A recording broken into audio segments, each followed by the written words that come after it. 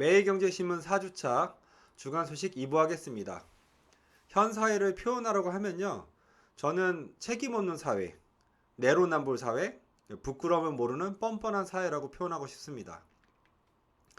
한국은행이요. 올해 마이너스 1.3% 얘기했네요. 그래서 22년 만에 최악이래요. 그래서 IMF 외환위기 이후 최악의 실적이며 연말에 2%대로 추락 전망인데 더 되지 않을까요? 근데 이 와중에 부동산과 주식은 올라가고 있어요. 이해가 안 됩니다. 제가 이해를 못하는 거겠죠. 저번 주까지 정부는 V 반등을 꿈꿨죠. 그래서 저번 주에 V 반등을 자신하던 정부가 당장 한계 기업에 대한 대출 연장 조치를 했어요. 원래 이게 9월 달까지거든요. 그래서 저는 9월에 이게 폭락하겠구나 했는데 목숨이 또 연장이 됐네요. 그래서 현재 대출 만기 연장이 75조 8천억 원. 이자 상환 유예는 이제 1,000억 원 정도 됩니다. 항공업종에는 임대료 50% 정도 감면했고요. 그리고 4,600억 원 지원했는데 나머지 7만여 곳은 아마 무급휴직 들어갈 거예요. 다음 달부터. P2P 시장은 좀 조심하셔야 돼요. P2P는요, 개인 간 거래 금융을 뜻하죠. 그래서 투자자가 돈을 모아 신용도가 낮은 개인이나 기업에 빌려주는 서비스인데요. 이게 뭐냐면 대부업체가 이렇게 금융업으로 나온 거예요. 합법적으로요. 그래서 대다수가 등록 요건이 미비하고요. 연체율이 높아 부실이 높아요. 요거 이용하신 분들이 신용등급이 5에서 7등급으로 알고 있어요. 그리고 대규모 구조조정이 불가피하고요. 240개 업체 가운데 생존 업체 수는 수십 곳밖에 예상이 안 됩니다. 그래서 좀 지켜보시고 좀 투자했으면 좋겠습니다. 좀 보세요. 증시에서 채권으로 옮겨가는 것 같습니다. 그래서 주식에서 안전자산인 이제 채권으로 돈이 몰리고 있는데요. 근데 이제 채권 펀드 수익률 전망은 불투명하고요. 금리가 제로에 가깝기에 현 상황에서 수급 부담이 가중될 수 있습니다. 그냥 투자하지 말고 현금 갖고 있으세요. 불안하면요. 뭐 자꾸 그렇게 투자하려고 하는지 모르겠어요. 지금같이 불안한 시기에는 아무것도 안 하는 것도 투자예요. 공매도 금지가 6개월 연장됐습니다. 저는 공매도는 반대예요. 이거 사기라고 봐요. 공매도는. 증시 안정을 위해 공매도 금지 6개월 연장을 했고요. 증시를 이제 장기 보유 땐 세제 혜택도 준다는 말이 나오고 있습니다. 이제 공매도가 뭐냐면요. 이거예요. 예문을 써놨거든요. 길게. 근데 뭐 간단하게 얘기하면 A 종목이 1만 원인데요. 이게 떨어질 것 같아요. 그래서 나 이거 떨어질 것 같다고 지금 팔게라고 그냥 주문을 내는 거예요. 근데 이게 1만 원짜리가 3일 후에 6천 원이 됐어요. 그럼 제가 6천 원으로 사고요. 4천 원 버는 거예요. 그렇게 되면. 그러니까 이게 뭐예요? 사기지. 그래서 개인도 공매도를 쉽게 할 수 있는 시스템을 구축한다 하는데 공매도는 없애야죠. 2019년도 코스피 투자자별 공매도 비중 보니까요. 외국인이 59.1%, 기관이 40.1%, 개인이 0.8%인데 결국 외국인과 기관이 조종하는 거네요. 그래서 개인 투자자들도 공매도 참여할 수 있도록 공매도는 없어야 됩니다. 청년 지원 20조 그리고 지역 상품권 15조 쓰는데 이 정부 잘하는 게 있어요. 돈 쓰는 거 되게 잘해요. 세금 걷는 거랑 볼게요. 뭐 어떤 내용이냐 대충 보니까 이거예요. 한국판 뉴딜 20조 원 이상 반영. 그리고 이제 지역 경제 활성화 소상공인 지원한다고 이제 지역 상품권 15조 발행, 뭐 바우처 쿠폰 발행하는 거죠. 그리고 청년 사업 청년 희망 사업 한다고요. 20조 투자하는데 여기에 이제 청년 공공임대 주택 공급도 확대가 들어가 있어요. 사회 안정망 강화는 이제 생계 부양 의무자 기준 2022년까지 단계적 폐지. 그리고 고등학교도 내년부터는 고등학교 1학년 무상교육 들어가네요. 그리고 국민 생명과 안전보호는 뭐 코로나 관련된 내용이고요. 보훈 정책 강화인데요. 보훈 보상금이 올라갑니다. 출산율이 2년째 0명대예요. 저출산 예산으로요 200조를 썼는데 어디 썼는지 몰라요. 이거 어디 썼는지 좀 확인해 보고 싶네요. 올 상반기 신생아가요 14만 2천 명. 그래서 역대 최저. 작년 출산율이 0.92명으로요. OECD 이거 오타났는데 OECD 중 0명대는 한국이 유일하고요. 연 신생아 30만 명 붕괴됐습니다. 저도 아직 솔로인데 빨리 장가 가서 좀 출산율 높여야 되겠어요. 그리고 인구 절반이 수도권에 살고요. 나 혼자족도 30% 넘어요. 이분들 좀 맺어주게 좀 부동산 정책 해갖고 부동산 내려주고 이런 좋은 정책 해서 나 혼자족들 다 결혼할 수 있도록 제도 만들었으면 좋겠네요. 제 소설입니다. 소설. 구글 앱마켓 수수료 관련돼서 정부가 실태 조사를 들어간 것 같아요. 그래서 구글 앱 마켓 수수료 문제에 대한 실태 조사를 착수를 했는데요. 과기정통부는 이제 구글이요. 기존의 게임 앱에만 적용하던 자체 결제 의무화와 이제 30% 수수료를 웹툰, 음원, 전자북 등 디지털 콘텐츠 전반으로 확대 예상으로 여기에 대해서 이제 조치를 들어가는 거죠. 실태 조사 들어가서 불법이 있으면 손을 대겠다 이 얘기인데 뭐 잘하는 것 같아요. 문재인 케어가 문제예요. 예전에 제가 초등학교 4학년 애가 뭐 영재 스쿨 뭐 어쩌고 하는데 뭐 의류 영재인데 문재인 케어의 장점에 대해서 써오라고 했대요. 발표 프리젠테이션 해갖고요. 엄마가 해주고 있던데요. 그거 볼 때부터 아 이게 뭐지 이랬는데 문재인 케어가 지금 돈이 바닥났어요. 기금의 재정 수지가 더 이상 버티기 어렵기에 사회보험 인상을 시사했는데요. 사회보험 인상은 시사가 아니고 사회보험 인상을 하겠다는 거예요. 그래서 평소 곡간을 쌓아두지 않고 문재인 케어라고 해서 막 돈을 썼죠. 그러니까 이제 결국 이 대가는 누가 지냐? 사용자와 근로자가 지면 돼요. 그래서 공보 재정 지수는요. 2018년에 마이너스 1778억 원. 작년에는 마이너스 2조 8243억 원. 돈 쓰는 건 정말 잘하는 것 같습니다. 고용보험 재정지수는요 2016년에 1조 3769억 원이 흑자였는데요 2018년에 8082억 원 2019년에 2조 877억 원이 적자였어요. 경로우대 기준 70세 그러니까 여기 또 돈이 부족해요. 그래서 65세에서 70세로 올리는 건데요 신생아보다 이제 사망자가 많아졌고요. 그리고 65세 내외로 정해진 노인 연령 기준을 70세로 검토가 아니고 하겠다는 얘기죠. 노인 인구 증가와 그에 따른 복지 비용이 감당이 힘들죠. 돈을 그렇게 쓰니까 힘들겠죠. 그러나 노인의 이제 금융 접근성 보호한다면 이제 은행 오프라인 지점 폐쇄 기준 강화, 그 빈집 대책으로 폐가를 팔 때는 양도세 10%를 깎아주는 등 대부분의 정책이요 실효성이 없대요. 제가 노란색 표시해놨죠. 이런 겁니다. 이거 보면은 금융권들이 사기꾼이 넘치는구나 보는 것 같아요. 이거 사모펀드 다 사기예요, 사기. 라이미어 100% 배상을 했죠. 그리고 이제 옵티머스도 100% 배상을 해달라는 거예요, 투자자들이요. 근데 이제 농협에서는 30에서 70%밖에 못 해준다. 그래서 이제 말이 나온 건데 지금 보세요. 부실화된 주요 사모펀드 이렇게 뭐 젠투 파트너스부터 아래 뭐 디스커버리 뭐뭐 돼 있는데 주요 판매사가 우리나라 믿을 수 있는 주요 은행들이에요. 증권사들이랑 이런 데서 이렇게 한 거예요. 이게 얼마나 배신감 느껴요. 투자 손실에 이제 금융당국도 잘 보셔야 돼요.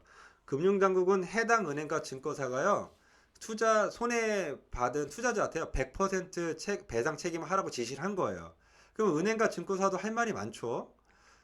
그래서 우선은 100%를 이제 반환하고 향후 이제 운용사 과실 여부 판단에 구상권 청구하라고 했는데요. 은행과 증권사 입장에서는 이게 좀 말이 안 돼요. 왜냐하면 운용사는 이미 시장에 퇴출됐고요. 사모펀드 이미 퇴출됐죠. 그리고 그 해당 대표는 깜빵 가 있어요. 구속되고요. 그러니까 구상권 청구 대상이 없어진 거예요. 그러면 은행과 증권사만 손해인 거죠. 근데 금융당국은 너네 책임이야 이렇게 하는 거고 은행과 증권사도 우리 책임이냐 왜 너네 책임이 이렇게 서로 책임을 다 떠넘기는 거예요. 이거는 실거래 확인해 갖고 부동산 투기 세력 다 없애겠다는 얘기인데 뭐 잘하는 것 같습니다. 그래서 부동산 실거래 조사를요 지난 10개월간 5,000건 넘게 조사했어요. 그래서 편법 증여 및 법인 자금 유용 등 3,103건 관련 기관 통보 조치를 했고요. 그리고 전국 17개 도시 대상 9억 원 주택 상시 조사, 그리고 강남, 송파, 용산과 수도권 주요 과열 지역 대상으로 기획 조사를 한다고 합니다. 지금까지 총 30건, 34명 형사 입건됐고요. 15건은 검찰에 송치했어요.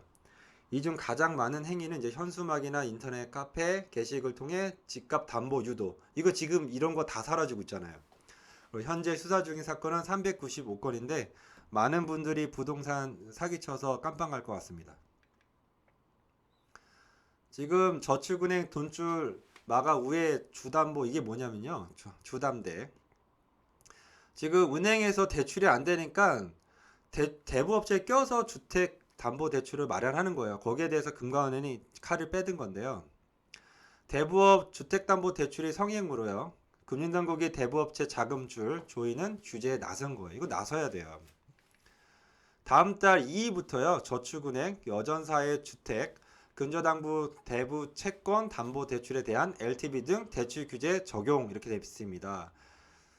대부업체에다 가서 주택담보대출할 정도면 뭐 끝난 거죠. 지금 부동산 관련돼서 핫 이슈인데 이게 또 전세로 넘어갔네요. 임대차법 및 실거주 의무 강화에 집 주인들이 서울로 올라가고 있고요. 그 다음에 이제 기존에 있는 세입자들은 나가라고 하는 거겠죠. 이에 세입자들은 어디로 가겠어요? 경기도로 이동하는 거죠. 그래서 경기도로 이동하면서 경기도 전세가 급등하고 있습니다. 그래서 이번 주 전세값 상승률이요. 서울의 2배래요. 이 정부 잘하는 게 있죠. 세금 인상. 소득세율 인상이요. 매년 1조씩 늘어서 5년간 5조 정도 늘 것 같습니다. 소득세율 인상이 매년 1조 늘어서 5년간 5조 느는데 세수가 이제 증가하겠죠. 절반 이상은 아파트, 토지 등 자산 매각 차익에 부과되는 양도소득에 부과를 하고요. 그 다음에 이제 근로소득세, 종합소득세도 증가시켜요. 과세표준 10억 원 이상의 최고세율 구간을 신설해요. 45% 세율을 적용하는데 이는 명실상부 최고세율이래요. 초고세율. 국가로 분류될 전망입니다. 우리나라보다 높은 국가가 6개밖에 안 되는 것 같은데요. OECD 중에. 그래서 국민 부담률이 6년 연속 상승했고요. 지난해 처음으로 27.3%, 조세 부담률은 20% 기록했습니다. 계속 세금은 늘 것 같습니다. 이게 문제가 뭐냐면 갑자기 통보해서 그래요. 맨날. 사전 예고 없이 항상 전날 발표 및 시행 조치해요. 교육부가요. 이에 갑자기 원격 수업 준비하는 학교, 선생님 혼란, 학부모도 혼란, 학생도 혼란. 그러니까 일 못하는 사람들은 갑자기 뭐 하죠? 자, 학습 결손, 돌봄 공백 문제가 지속될 것이 뻔합니다. 이제 코로나로 이제 등교가 안 되니까 이제 급식 업체가 제가 보기에는 부도날 것 같습니다. 그래서 전년 대비 우유 소비 80% 줄었고요. 식자재 업체도 휘청거린대요. 당연히 휘청거리겠죠. 그래서 유치원, 초, 중고 휴교로 단체 급식 사업에 차질이 빚어진 결과이죠. 공항 상업시설 임대료 시한요. 이달 말로 추가 지원의 연장 여부가 없다고 하는데 이거 이번 주에 연장했죠. 추가 지원도 했고요. 광복절 이후에요. 이제 2.5단계 들어갔잖아요. 그래서 서울 지역 매출이 25% 줄었다고 하는데 더 줄겠죠. 비학위과정 외국인 유학생이요. 32% 급감했습니다. 이거 더 급감하지 않을까요? 외국인 유학생 수가요. 6년 만에 감소해 15만 3천 명이고요. 어학연수생, 교환 학생 등 비학위과정 외국인 유학생은 1년 새 30% 이상 감소했습니다. 전공이랑 이제 의사협회랑 정부의 이런 강대 강의 이제 대결이잖아요. 정부가 처음에 취임하기 전에 대화 타협을 그렇게 강조했는데 대화 타협은 없고 그다음에 전공의도 그렇고 서로 너무 타협하는 방식을 모르는 것 같아요. 그리고 왜 이 시기에 이런 걸 하는지 모르겠어요. 시비는 정부가 걸었고 거기에서 타협은 안 하고 이런 집단 강대 강으로 가는 전공의도 문제, 의사협회도 문제고 제가 보기에는 지혜롭게 해결해야 될 것 같습니다. 그래서 정부가 업무 개시 명령을 내렸고요. 이에 전공의들은 전원 사직서를 제출하겠다고 맞불했어요. 그러니까 강대 강이에요. 타협하는 좀 요령을 좀 배워야 되는데 전공의들은 고지물을 수령하지 않는 방식으로 정부 행정명령 무력화 단체 사직서를 준비하고 있답니다. 그래서 의대 정원 내용이 4개죠. 의대 정원 확대, 공공의대 설립, 한방첩약 급여화 시범 사업, 비대면 진료 육성. 요게 다 이제 반대하는 거죠. 의사협회에서. 근데 왜 이런 걸 지금 하냐고요, 정부에서. 코로나가 눈앞에 있는데. 재난 땐 의료 인력 강제 동원하겠다만 합니다. 그러니까 이렇게 하니까 의사들이 사실상 공공재죠. 공공재를 분류해 개인적 자유를 과도하게 침해했다고 반발하고 있습니다. 저 같아도 반발하겠는데요. 말 안 들면 강제로 하겠다 이 얘기잖아요. 이건 공산당이죠. 민주주의가 아니고. 고리로 해체 그래서 1,700억 더 쓴대요. 그래서 비용이 26% 증가해서요. 8,129억 원으로 변경됐습니다. 늘어난 비용 어떻게 충당할 것인지 논의 없어요. 그러면 이제 전기료 인상 그리고 사회적 비용 등이 이제 올라갈 건데 여기에 대한 얘기도 없어요. 제주 풍력 발전이요 상반기만 44번 멈췄대요. 이제 전력 판매량이 감소해 멈추면은 전력 판매량이 감소하거든요. 그래서 투자자들이 정부에 호소하는데요. 정부는 남아올라하고 있고요. 그리고 이제 투자자들이 뭐라고 얘기하냐면 태양광과 풍력을 무분별하게 키운 결과라고 분통을 터뜨리고 있다고 합니다. 하지만 정부는 듣지 않죠. 작년에 총 46회 출력 제한을 했는데요. 올해 상반기만 44회 했어요. 왜 그러냐? 이게 이제 태양광과 풍력이 같이 저장하나 봐요. 그래서 태양광 전량이 많아지면요. 이제 풍력도 들어오잖아요. 전량이요. 그럼 과부가 되니까 이걸 방지하려고 풍력을 차단하는 거예요. 근데 그러면 여분의 전력 관리도 안 된 상태에서 풍력을 그냥 설치한 꼴밖에 안 된 거죠. 그래서 정부는 풍력 발전 제어의 기준조차 없었고요. 투자자 손해에 대한 대책도 없습니다. 대책 없는 게 이렇게 많지? 문정부 들어서 정규직 전환인 벌써 94% 달성했대요. 야, 대단합니다. 어설프게 비정규직 쓱 들어가서 공부 열심히 한 정규직보다 더 쉽게 정규직 되는 사람들은 양심에 좀 가책을 느껴야 될 것 같아요. 공공부문 18만 5천 명 전환 완료했고요. 전환 10명 중 7명이 직고용. 1인당 연봉이 390만 원 증가했대요. 이거 다 우리 세금입니다. 이거 다 우리 세금. 이 중에 비정규직에서 정규직 쓱 넘어간 중에 저기 기득권들 자식들 있는지 다 확인해 봐야 될 것 같아요. 궁금합니다. 정규직 전환 과정에서요. 공정성 논란, 노노 갈등이 여전하죠.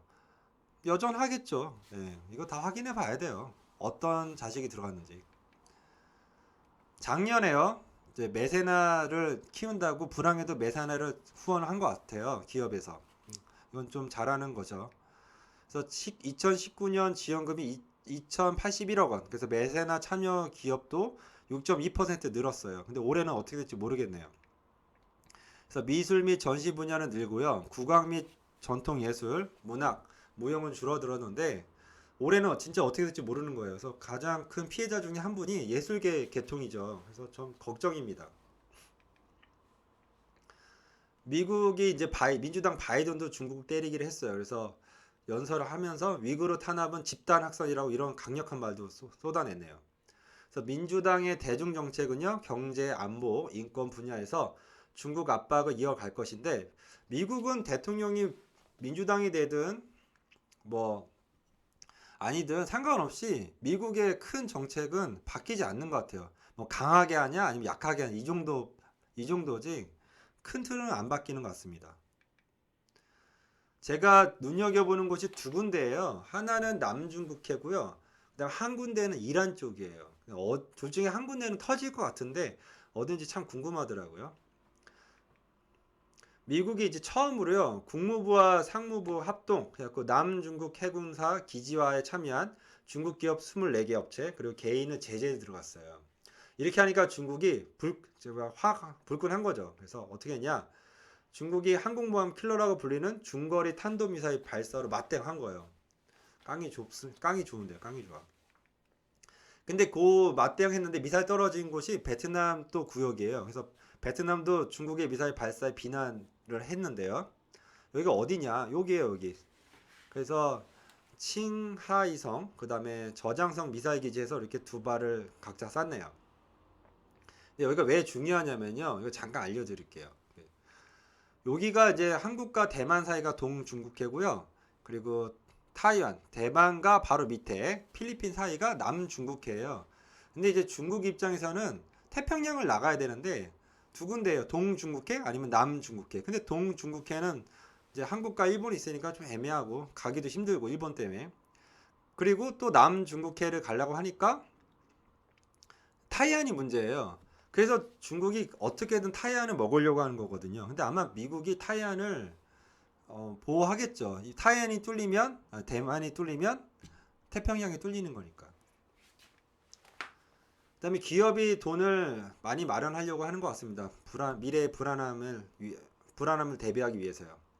그래서 기업이 대규모 유상증자를 통해 자금을 끌어모아 이제 장기전 대비로 유동성 확보에 들어갔는데 개인들도 지금 어디 투자하지 말고 현금 확보해야 돼요.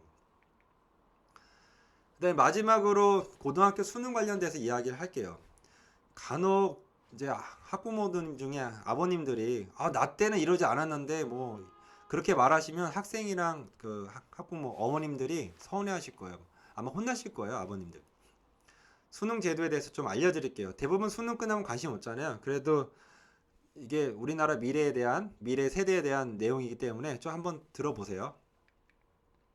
현재 고등학교 1학년이 수능 보는 연도 2022학년부터예요. 2022학년부터 문과 이과가 이제 통합 수능 체제로 바뀌어요. 그러니까 문과 이과 통합이 된다는 얘기죠. 예전에는 문과 이과 나눴잖아요. 근데 현재 고1부터 바뀌는 거예요. 그래서 국어, 수학 영역을요. 공통 과목 그리고 선택 과목으로 구분을 하고요. 국어는 공통 과목이 독서, 문학, 그리고 선택 과목이 화법과 작문, 언어와 매체 중에 하나 선택하면 돼요. 수학은요, 공통 과목이 수원, 수투, 선택 과목이 확률과 통계, 미적분, 기하 중 하나 선택하면 돼요. 그러니까 국어랑 수학은요, 범위가 줄어들었어요. 양이 줄어들고. 근데도 힘들어 하더라고요. 그리고 사회 및 탐구 과목은 문과, 이과 구별 없이요, 17개 과목 중이요, 최대 2개 과목 아무거나 선택하면 돼요. 그러니까 이것만 봐도 문과, 이과가 통합됐다 이렇게 아시면 되죠. 그 다음에 직업 탐구에서는 2개 과목을 응시하는 경우 전문 공통 과목 외에 계열별 선택 과목 5개 중 하나 택하면 돼요. 그리고 제2 외국어, 그 다음에 한문은 절대평가로 전환이 됩니다. 여기까지 하겠습니다. 감사합니다.